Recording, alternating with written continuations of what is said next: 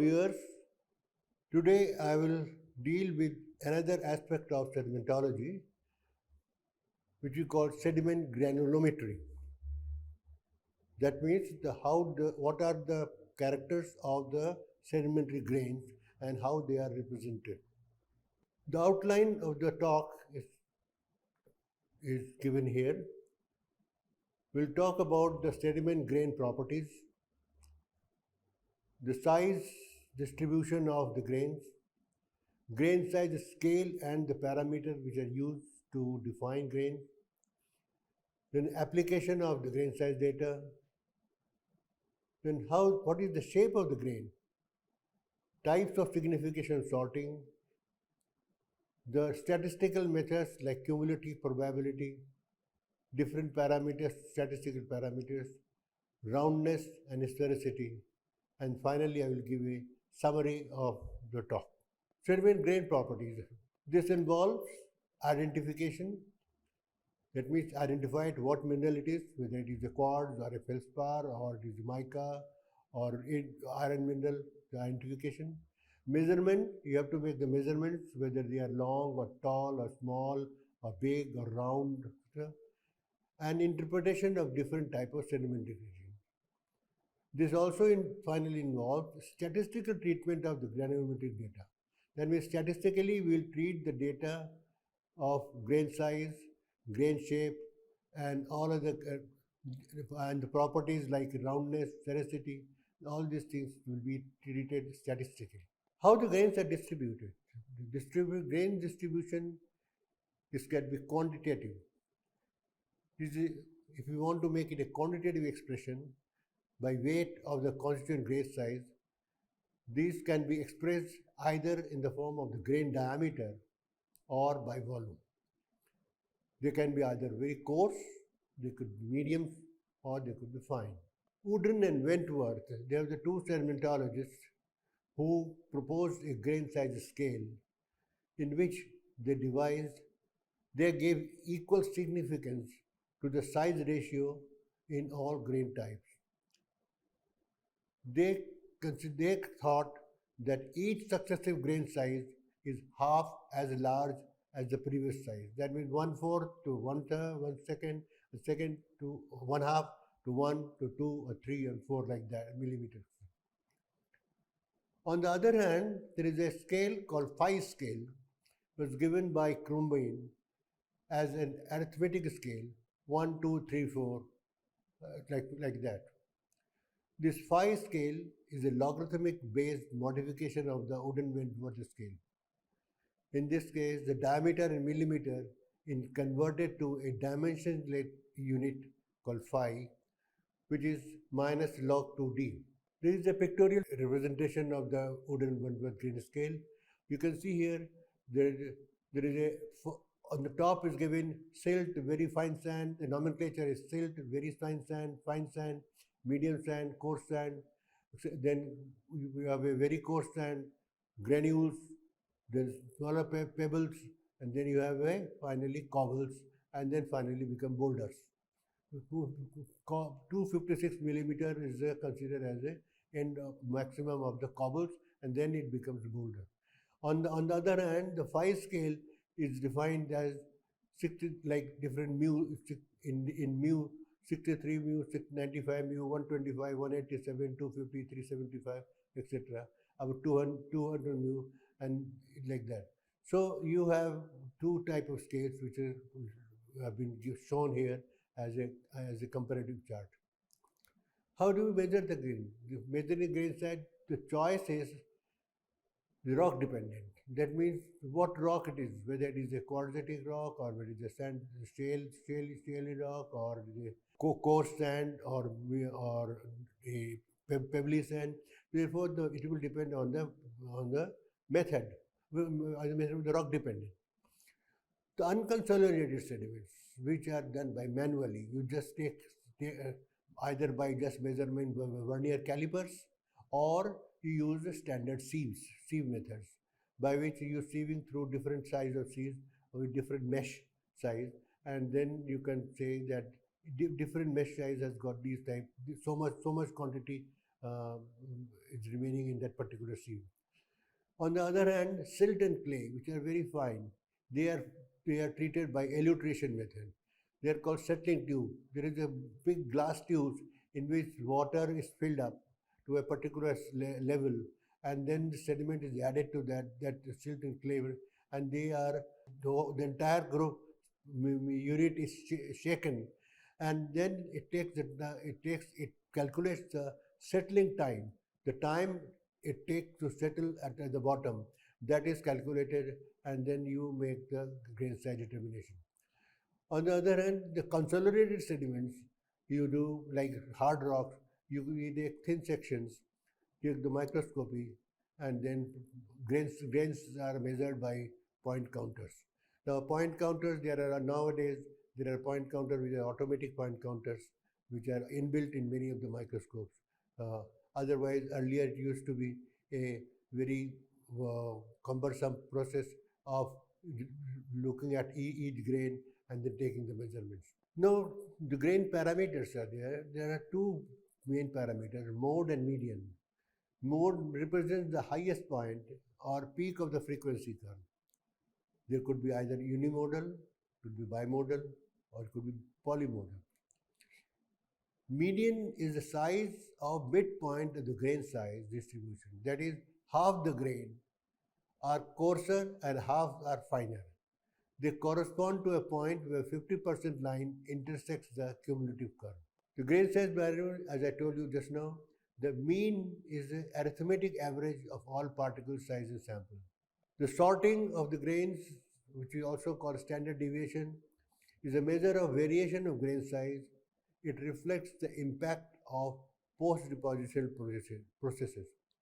They could be well sorted, they could be moderately sorted, or they could be poorly sorted. So using a 5 scale, which is non-logarithmic, is very easy. It is easy because it allows plotting on normal arithmetic paper instead of a log paper. Therefore, the shape of the curve is much simpler to interpret than what you do in log paper. Statistical parameters are also conveniently interpolated. Similarly, boundaries between different size units are in whole numbers, not in fractions. This is the particle size scale which is given here, which I have shown you in Wentworth grayscale. Like boulder is more than 256 millimeter. In 5 scale, it is less than -8. Like this is the scale here: cobble, pebble, granule, very coarse sand, medium sand, fine sand, very fine sand, coarse silt, medium silt, fine silt, very fine silt, and clay. And these are the corresponding sizes in millimeter and in 5 scale. It's given in the type table. They lead to formation of rocks which we call as a gravel or a sand or silt. And they produce rocks like sandstone, conglomerate breccia, siltstone, mudstone, like that. The fine particle clay materials produce mudstones, while the silty material from siltstone. Mostly sand-sized particles give you sandstone, and while coarser material give you mainly the conglomerate. Breccia is often used as a part of sedimentary rocks, but many times breccia are of tectonic breccia, so one has to differentiate between the tectonic breccia and the sedimentary breccia. What is the application of grain size data? Application grain size that we can use terminology to define a rock. We also can find out the source of sediment grain, that means the process, how sediment has formed. How it has formed, given rise to porosity and permeability in the rock, because this has got a direct implication on many commercial activities, especially in petroleum and water reservoir, where porosity and permeability are important factors to tell the transmission of these fluids. And this also tells us how the depositional environment existed during the formation of the ancient rock. The use of grain size data, we use it for classification of plastic sediments. To understand the rocks and depositional processes, to measure the porosity and permeability, and to interpret the depositional environment. Then we come to another property from the size, we come to shape. It describes in three-dimensional forms and measured by a ratio of long, intermediate, and short axis. So grains could be spherical in shape, it could be prismatic or bladed. Sedimentologist, sedimentologist Jing, he classified these rocks based on relative length of longest, shortest, and intermediate axis. The four basic types of particles are, as I told you just now, tabular or oblate, equant, bladed, or prolate. The rocks are also get sorted. They get sorted if they are well sorted. That means grains are of almost similar size, near similar size, and they are called well sorted. They are moderately sorted means some big grains, small, other smaller grains, and poorly sorted then were very large grains and very small grains. They're called poorly sorted. Sorting is defined by three types: poorly sorted, moderately sorted, well sorted. Now these graphical techniques, if you see the x-axis is the grain size and y-axis is the grain percentage, so you get this shape. Well sorted grains give you peaks, moderately sorted give you a small peak, and poorly sorted give you a flat peak. The significance of sorting is a property called skewness. Skew means how the sediments are deviating from a particular specific position. Then there could be negative. For example, one here is a negative, that is negatively skewed. If you have no skewness, no changes, then you call it none. And if it is positive, it is more towards the right side, then you call it more. When you call positive. The knowledge of sorting gives us the clue to the energy conditions of transporting medium. They also tells us about whether they were deposited by high velocity currents, like a desert or beaches or shallow seas, and as a result of that, these sediments are better sorted.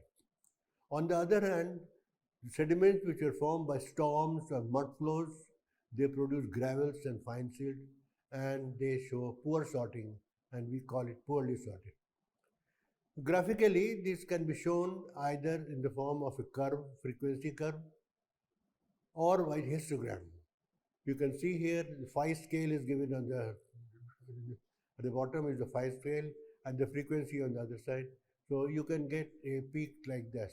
The cumulative arithmetic curve, cumulative probability curve, or cumulative arithmetic curves give you like this. You have a phi scale on this and percentage on the other side, and you have got a probability curve has got this particular shape, while the cumulative arithmetic curve have a slow, very gentle slope. The use of cumulative curve is that the shape of a cumulative curve tells you it gives you the information about the mode of sediment transport, such as whether they are formed by traction or by rolling or saltation or by suspension.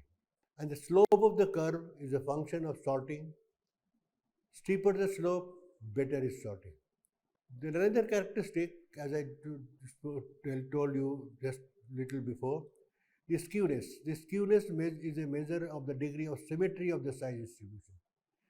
I repeat again, negative if the distribution and a coarse tail, that is excess of coarse material.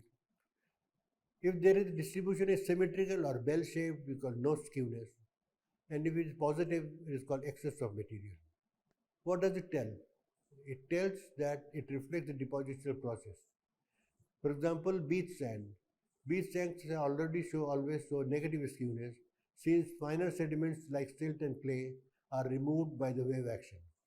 On the other hand, river sands are positively skewed as their finer components are not removed by the currents. Another characteristic of sediment is kurtosis. It is the degree of peakedness or the departure, that is, it is a spread of curve peakedness from the normal frequency or a cumulative curve. It compares sorting in the central portion of the population with that in the tail. This is a kurtosis curve. There are three types of curves which you can see. A normal curve is a bell-shaped, like the red color it's called leptokurtic. In the middle you see the peaked up is called leptocotic, and black one is a platycotic. These are some of the formulae which we use for describing the doing the statistical treatment of the data. We find out graphic mean.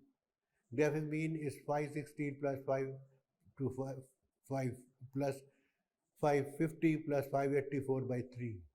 Inclusive graphic standard deviation is 584 minus 516 divided by 4 plus 595, 55 minus 55 and divided by 6.6. The inclusive graphic equation, the skewness is defined by 516 plus 584 minus 2550 divided by 2, 584 minus 516 and plus 55 plus 595 minus 2550 divided by 2, 595 minus 55. And graphic kurtosis is defined by 595 minus 55 divided by 2.44 divided into 575 minus 525. The statistical parameters are given by Folk and Ward. They describe the grain size distribution using only percentile taken from cumulative frequency curve. For example, 550 is referred to as 50th percentile of the sample. That is, grain size of the sample at 50% read from the cumulative curve is 1.55. Roundness is another characteristic, is called rho, is a measure of smoothness of particles. It refers to how smooth or sharp the edges and corners of particles.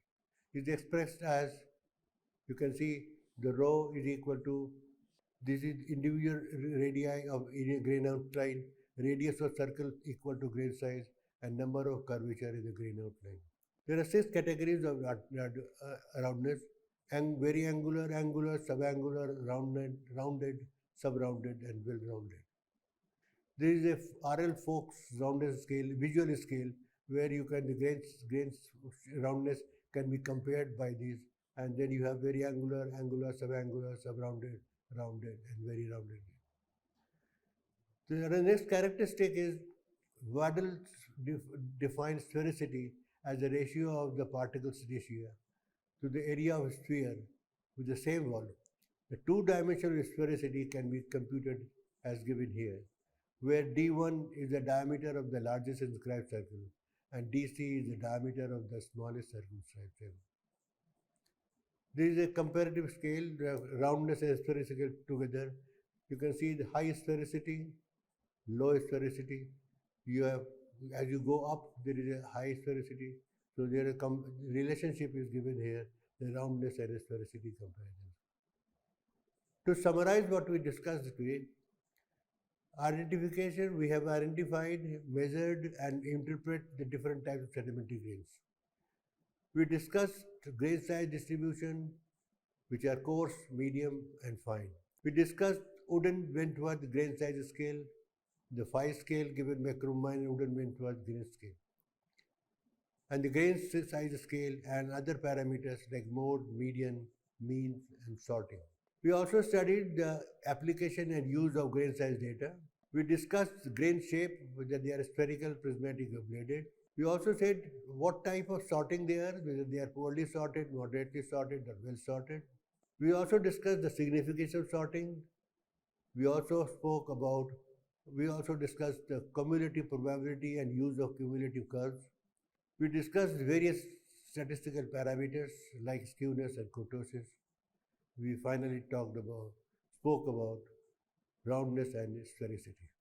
Thank you very much.